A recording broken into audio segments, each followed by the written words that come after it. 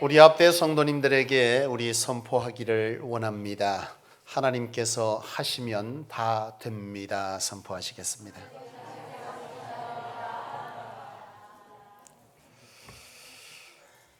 여러분, 오늘은 교회력으로 종려주일이라고 합니다. 이 종려주일이라고 하는 것은 부활절 한 주일 전 예수님께서 십자가를 지시기 위해서 예루살렘에 입성했던 사건을 기념하는 그런 날이 바로 이 종려주일이 됩니다.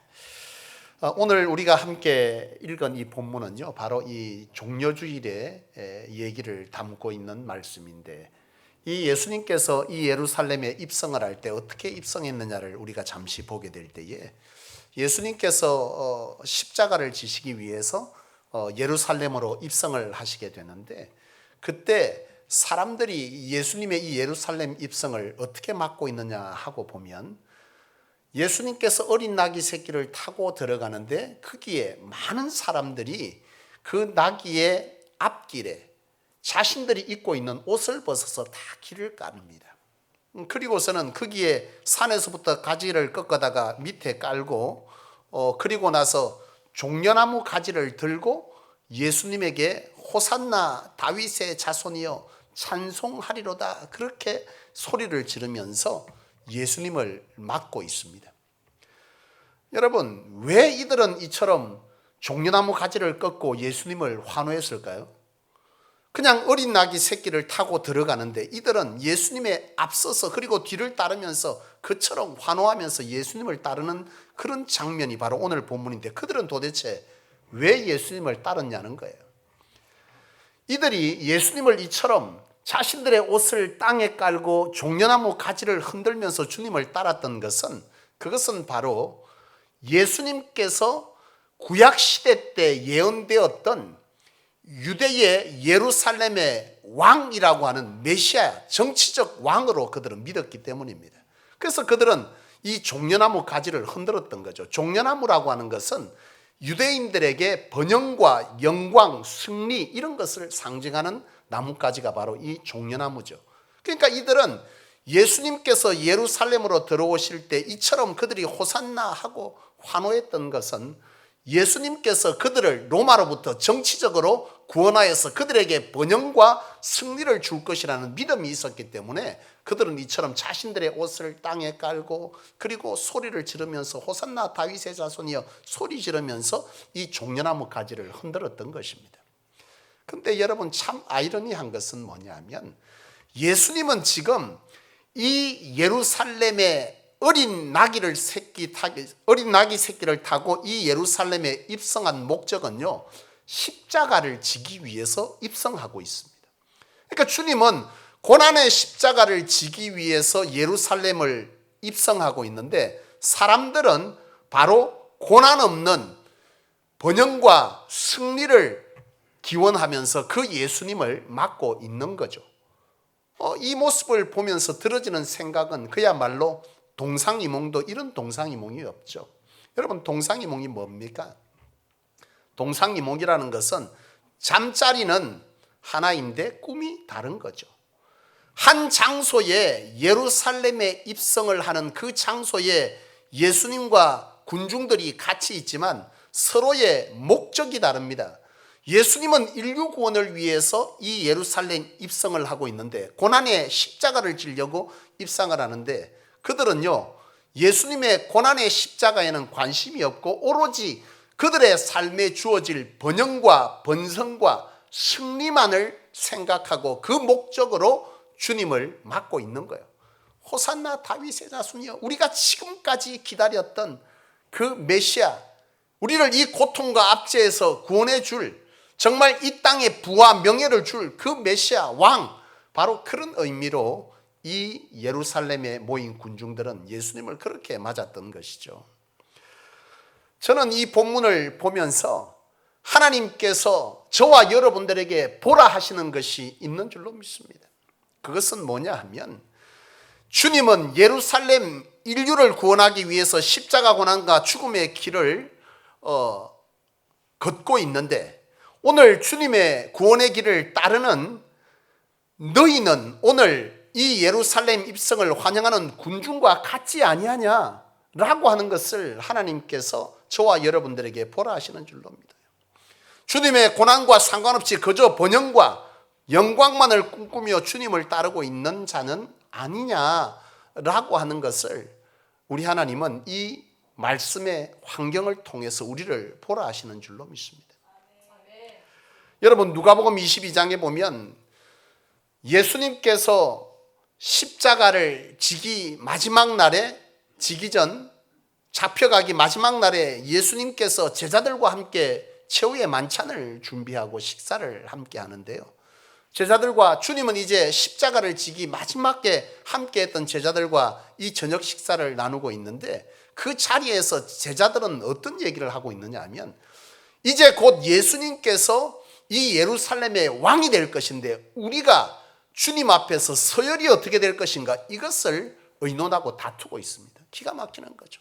주님은 곧 인류의 죄를 구원하기 위해서 십자가를 지기 위해서 가려고 마지막 제자들과 이별 식사를 하고 있는데 제자들은요, 야 이제 곧 예수님께서 예루살렘의 왕이 되면 누가 가장 큰 자가 될 것이냐, 그 서열을 우리가 지금 정해야 되지 않겠느냐, 이 얘기를 다투고 있는 것입니다. 오늘 하나님은 오늘 주님의 십자가의 고난의 길에 이처럼 제자들과 같이 그저 고난에는 동참할 생각이 없고 그저 하나님으로부터 주어질 영광만을 계산하고 있는 자가 아니냐, 그렇게 오늘 저와 여러분들이 이 말씀을 통해서 돌아보기를 원하는 줄로 믿어요. 요한복음 13장에 보면 예수님께서 대제사장의 무리들에게 잡혀가는 그런 일이 있습니다. 이때 예수님께서 대제사장이 잡혀갈 때 모든 제자들이 도망을 가는데요.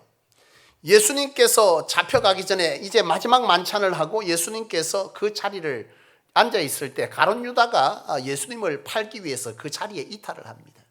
가룟 유다가 자리에 이탈을 할 때 대제사장에게 찾아가서 예수님을 은 30에 파는 거죠. 그때에 예수님께서는 그 자리를 피해서 어딘가 가셨는데 이 대제사장들이 예수님을 잡기 위해서 오는 거잖아요.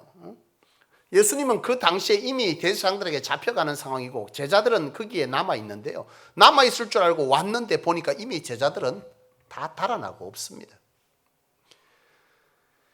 예수님께서 왔을 때 이미 예수님께서 십자가에 죽기 위해서 바로 그 고난의 길을 갈 때에 이미 제자들은 달아나고 아무도 없고 마가도 성경에 보면 달아났다, 겉옷을 벗어던지고 달아났다 그랬는데 사실은 마가는요 예수님께서 대제사장에게 잡혀가기 전에 먼저 자리를 비운 주님을 먼저 쫓아가서 그 주님에게 사실은 뭘 말하려고 했냐면 주님, 곧 주님이 잡힐 수 있으니 피해야 된다라고 말하기 위해서 겟세마네 동산에 갔는데 예수님이 이미 없는 거죠. 잡혀간 겁니다. 잡힌 것입니다. 그 상황이 되자 이 마가도 어떻게 한 거예요? 곧 예수님의 잡힘을 보고 겉옷을 벗어놓고 도망간 거죠. 근데 사실은 다른 제자들은 이미 도망갔어요. 마가는 지금 뒤늦게 도망간 것입니다. 엄밀하게 보면 마가가 나은 거죠. 중요한 건 뭐예요? 예수님께서 부르실 때 성경은 기록하지 않습니까? 모든 것을 버려두고 주를 따랐다, 그렇게 말했던 제자들인데 정작 그들이 예수님의 십자가의 길을 보고 선택한 것은 뭐였습니까? 달아남이었던 거죠. 모든 것을 버려두고 쫓았던 이유는 딱 하나였습니다. 제자들은 모든 것을 버렸지만 예수님으로 그 이상의 것을 채울 수 있다고 생각했기 때문에 그들은 모든 것을 버려두고 주님을 쫓았던 것이고, 그것이 아님을 알게 될 때 그들은 모두 뭐한 거예요? 다시 다 달아나 버렸던 것이죠. 오늘 하나님은 이 말씀을 통해서 오늘 너희가 그렇지 아니하냐, 그렇게 우리에게 물으시는 것입니다. 마가복음 14장에 보면 예수님께서 나병 환자 시몬의 집에 들어가셔서 식사를 하실 때에 한 여인이 예수님의 머리에 옥합을 깨뜨립니다. 이 옥합을 깨뜨릴 때에 이 옥합은 어떤 의미냐면 바로 예수님의 죽음 이후에 시신을 장사할 때 쓰는 것이 바로 이 옥합인데요. 이 향유 옥합을 깨뜨린 이 여인, 이것을 보고 그 무리들이 이 여인을 나무랍니다.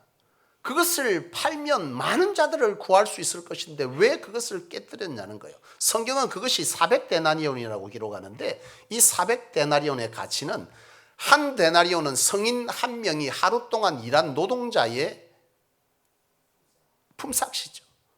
그러니까 400데나리온은 400일 동안 일한 품삯을 모은 가치가 있는 그런 향유 옥합입니다. 굉장한 가치죠. 지금 아마 환산을 하면 3천만 원 이상이 되는 아주 고가의 향유입니다. 이것을 깨뜨려서 주님의 머리에 부었더니 그들이 그렇게 말한 것이죠. 그때 예수님께서 하신 말씀이 있습니다. 그냥 두어라. 그는 내 무엇을 십자가의 죽음을 예비한 것이다. 그렇게 말씀하며 칭찬합니다. 사실은 여러분, 예수님께서 이미 이 사건 이전에 제자들에게, 많은 자들에게 주님께서 십자가에 죽게 될 것을 이미 말씀하셨어요. 근데 제자들과 많은 사람들은 이 말을 주님 앞에 들었지만 그들은 듣고 싶은 얘기만 들은 거예요. 예수님께서는 이미 내가 죽을 것이다, 십자가에 죽게 될 것이다 말했지만 많은 자들은 그것을 듣지 않은 게 오로지 뭐만 생각하는, 자기가 바라는, 자기가 생각하는, 자기가 원하는 예수님은 정치적 메시아를 통해서 우리에게 번영과 승리를 줄 것이다 라고 하는 이 생각에 사로잡히다 보니까 예수님께서 십자가에 죽게 될 것이라는 것을 귀담아 듣지 않았어요. 근데 이 얘기를 귀담아 들은 사람이 누구냐 하면 바로 이 여인, 막달라 지역의 마리아입니다. 이 여인은 예수님께서 그렇게 말할 때 알았던 것이죠. 주님의 마음을 헤아렸던 것이죠. 주님께서 십자가를 지고 가시는 것, 주님이 죽게 될 것, 그것을 위해서 이 여인은 주님의 마음을 헤아려서 그 고난의 길에 자기가 가장 귀하다고 여기는 가장 좋은 것을 구별하여서 주님 앞에 내어드려 그 십자가의 길에 동참하고 있는 것인데, 어리석게도 제자들과 거기에 함께 있는 모든 무리들은 그 여인의 일을 도리어 방해하고 주님의 마음을 헤아리지 못하는 자로 그 자리에 서 있는 것이죠. 오늘 주님은, 오늘 저와 여러분들이 이 어리석은 군중이 아닌 이 여인과 같이 함께 주님의 마음을 헤아려 그 고난의 길을, 복음을 위한 고난의 길을 함께 걸어주기를 원하시는 줄로 믿습니다. 여러분, 하나님께서 모세와 다윗을 향해서 하나님의 마음에 합한 자다 그렇게 말씀하시면서 그들을 축복하시고 그들을 쓰셨다 성경은 기록하는데요, 이들이 하나님 앞에 마음에 합한 자, 쓰임받게 된 것, 축복을 받은 이유는 뭐겠습니까? 여러분, 다윗은 사실 하나님 앞에 사울 다음으로 기름 부음 받은 자였어요. 그런데 이 다윗은 하나님 앞에 이처럼 기름 부음 받은 자로서 하나님 앞에 이처럼 왕이 될 자이지만, 이 사울이 이 다윗을 뭐 한 거예요? 질투한 거죠. 야, 이 다윗이 나를 제끼고 또 왕이 되지 아니할까? 사울은 참 어리석은 거죠. 사울은 하나님 앞에 처음으로 기름 부음 받은 자였잖아요. 하나님께서 세웠으면 하나님께서 책임질 줄 믿어야 하는데 이 사울은 그런 믿음이 없었어요. 도리어 하나님 앞에 기름 부음 받은 다윗을 뭐 하려고 했습니까? 자신의 방법으로 죽이려고 했던 것이죠. 사실 이 다윗은 그 일로 인해서 달아나게 되는데, 이 도망자의 인생, 끊임없이 사울은 다윗을 죽이려고 추적하고 다윗은 도망다니는 도망자의 신세가 됩니다. 끊임없이 달아나고 도망가고 달아나고 도망가고 이를 반복하는데, 그 도망가던 길에 이 다윗이 사울을 죽일 기회가 왔어요. 죽일 수 있었습니다. 근데 이 다윗이 사울을 죽이지 아니하죠. 그 이유를 성경은 그렇게 말합니다. 하나님께 기름 부음 받은 자이기 때문이라고. 무슨 말이냐면, 하나님께서 사울에게 기름 부었다면 그럴 만한 이유가 있을 것이다. 하나님의 뜻과 하나님의 마음을 헤아려서 그를 해하지 아니하였던 거죠. 그러니까 다윗은 철저하게 하나님의 마음을 헤아려 주의 길을 따른 자, 바로 그런 자였기 때문에 하나님은 이 다윗을 부모에게도 7번째고 그 누구에도 주목받지 못하는 보잘것없는 다윗이었지만은 하나님은 하나님의 마음을 헤아렸던 이 다윗을 선택하시고 그를 하나님께서 왕으로 쓰시는 그런 일을 그에게 행했던 것입니다. 여러분, 이스라엘의 영도자 모세, 사실 이 모세가 하나님 앞에 부름받을 당시에 모세는 참 초라했던 자였습니다. 광야에서 이미 많은 지식도 잊어버리고 많은 사람과의 관계도 단절된 참으로 보잘것없는 그런 삶의 자리에서 모세가 하나님 앞에 부름받습니다. 사실 모세는 하나님 앞에 부름받았을 때 그는 뛰어난 것이 없었죠. 오히려 뛰어난 것은 그의 형 아론이 더 뛰어났습니다. 말에 능한 자, 지식이 많은 자, 사람들을 이끌고 선동할 수 있는 리더십이 있는 사람 아론. 근데 하나님께서 왜 모세를 쓰셨냐? 사실 모세는 이스라엘 백성들을 출애굽시켜서 하나님께서 언약한 가나안 땅으로 인도해 가는 일에 엄청난 시간과 노력과 인내를 가지고 그들을 인도했습니다. 이스라엘 백성들은 이 모세를 향해서 그런 엄청난 은혜를 입었음에도 불구하고 끊임없이 모세를 배신했죠. 근데 결정적인 배신은 어디서 일어나냐? 모세가 하나님 앞에 돌판을 받기 위해 올라갔을 그 당시에 이스라엘 백성들은 이 모세가 없는 틈을 타서 뭐 하는 겁니까? 금송아지를 만들어서 하나님께서는 절대로 하지 말라고 했던 이 우상을 만들어서 이것이 하나님이다라고 섬깁니다. 하나님께서 진노하셨습니다. 하나님께서 진노하시고 이스라엘 모든 백성을 멸하시겠다 할 때에 모세가 나서지 않습니까? 모세가 하나님께 뭐라고 말합니까? 여호와여, 이들을 불쌍히 여기시고 이들을 용서하시고 이들의 죄를 내게 돌려 나의 이름을 생명책에서 빼달라고 그렇게 말하죠. 하나님께서는 이스라엘 백성들을 통해서 무엇하기를 원하셨습니까? 하나님의 땅, 하나님의 통치의 가나안 땅, 끊임없이 하나님의 백성들의 번성의 틀을 만들기를 원하셨어요. 그런데 이들을 여기서 죽이면 어떻게 하는 거예요? 없잖아요. 하나님의 그 뜻과 계획을 위해서 자기 영혼까지 내어드리며 하나님의 마음을 헤아렸던 사람 모세죠. 오늘 하나님은 이 땅의 수많은 자들 가운데 주님의 이 구원받은 자들 가운데 주님의 십자가의 길에 동참할 주님의 마음을 헤아릴 자를 찾으시고 그런 자를 오늘도 저와 여러분들이 되기를 원하시는 줄로 믿습니다. 사랑하는 여러분, 하나님은 오늘 우리가 부르심을 받고 부름에 받은 목적을 따라 고난 없는 영광을 바랐던 그 군중이 아닌 주님의 그 십자가에 진정 오늘 이 본문에서 어린 나귀와 같이 그렇게 주님의 고난에 동참하기를 원하세요. 오늘 이 본문에 보면 예수님께서 이 예루살렘에 입성할 때 어린 나귀를 탔다. 어린 나귀, 어떤 나귀요? 사람이 단 한 번도 타지 아니하는, 손때 묻지 아니한 그 어떤 것이 들어가 있지 않은 어린 나귀를 탔다 그랬습니다. 이 어린 나귀를 왜 타셨을까요? 사실 왕의 입성이면 좀 멋지고 잘생긴, 그리고 사람이 볼 때도 위압감을 줄 수 있는 이런 말을 타야 했지만 예수님은 참으로 보잘것없는 어린 나귀를 탔습니다. 사실 이 어린 나귀 입장에서는 사람을 한 번도 태워본 적이 없어요. 그런데 성인을 태웠다. 이 어린 나귀는 굉장히 힘들었을 겁니다. 예수님이 탔을 때. 그런데 이 어린 나귀는 어떻게 하고 있습니까? 주님의 그 십자가의 길을 가는 그 행진에 이 어린 나귀는 묵묵히 주님 앞에 나아가죠. 그 어떤 욕심도 없습니다. 어린 나귀는 이런 일이 처음입니다. 사람들의 영광 모릅니다. 오로지 주님께서 쓰시겠다니 그를 내어 힘들지만 주님의 그 십자가의 길에 함께 동참하는 어린 나귀. 여러분, 하나님은 오늘 저와 여러분들이 이 십자가의 길에 함께 동참할 자로 저와 여러분을 부르시되 고난을 함께 짊어질 이 어린 나귀와 같이 오늘 저와 여러분들이 이 인류 구원을 위해서 함께 힘써주기를 원하시는 줄로 믿습니다. 주의 복음을 전할 때에 그 복음이 가치 없다 하고 주의 복음을 전할 때 그 복음 앞에서 멸시하고 천대하며 침을 뱉고 돌을 던지는 죽음에 이르는 자리에 섰던 스데반처럼 사람들이 알아주든 알아주지 않든 도리어 그것을 향해서 가치 없다고 비난하며 그를 죽이려 하는 자를 저주하지 아니하고 저들의 죄를 내게 돌려달라고 하는 그 스데반의 그 마음으로 주님의 마음을 헤아려서 주님처럼 이 시대를 향해서 주의 고난의 길, 복음의 길을 함께 걸을 자를 오늘 하나님은 저와 여러분들이 되기를 원하는 줄로 믿습니다.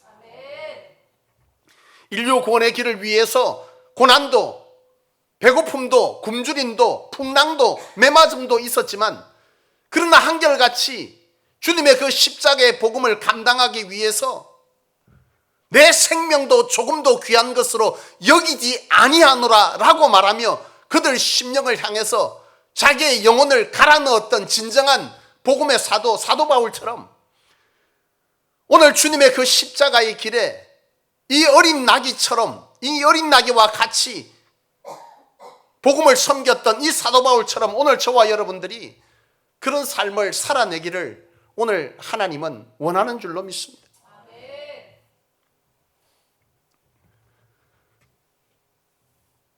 사랑하는 성도 여러분,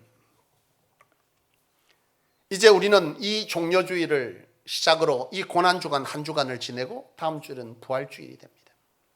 이 고난주간 한 주간, 이 고난주간은 주님께서 예루살렘을 입성하고 부활 사건이 있는 그 일주간, 한 주간, 주님이 철저히 고난의 길을 걸었던 시간들입니다. 이 고난의 길에 여러분 어떤 자로 서 계십니까? 오늘 말씀의 제목처럼 군중으로 서 있기를 원하십니까? 아니면 어린 나귀와 같이 서 있기를 원하십니까? 나는 저와 여러분들이 이 고난 주간에 주님의 십자가의 길에 그저 아무런 고난 없이 부귀와 번영과 번성을 바랐던 환호했던 호산나 다윗의 자손이 우리를 구원하소서 라고 말했던 그런 자가 아닌 진정한 주님의 마음을 헤아려 이 어린 나귀와 같이 모든 자들이 배반하고 다 떠나버린 그 자리를 묵묵히 주님과 함께 걸어주었던 어린 나귀와 같이 이 고난주간에 주님의 그 십자가를 함께 동행해가는 그런 저와 여러분들이 되실 수 있기를 원합니다.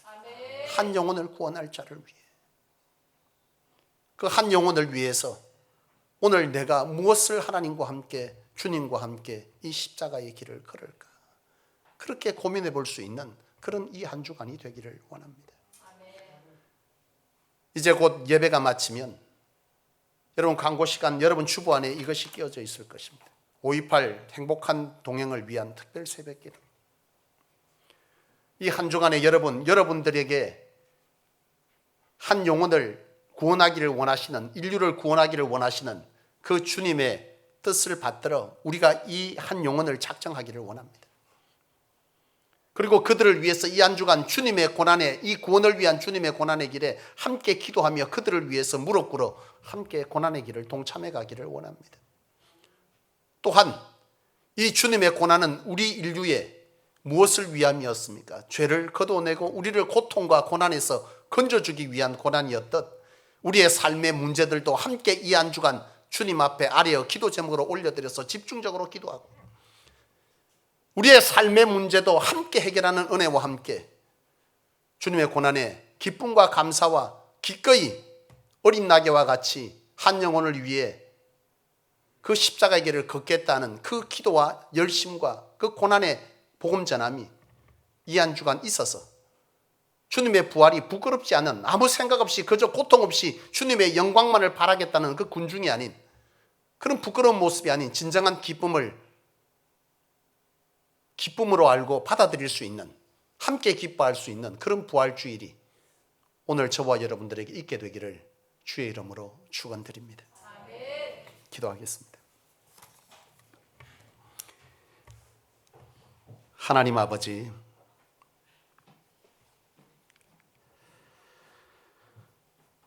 오늘 귀한 말씀으로 저희들을 다시 한번 주의 길을 따르는 자의 길을 돌아보게 하시니 감사합니다.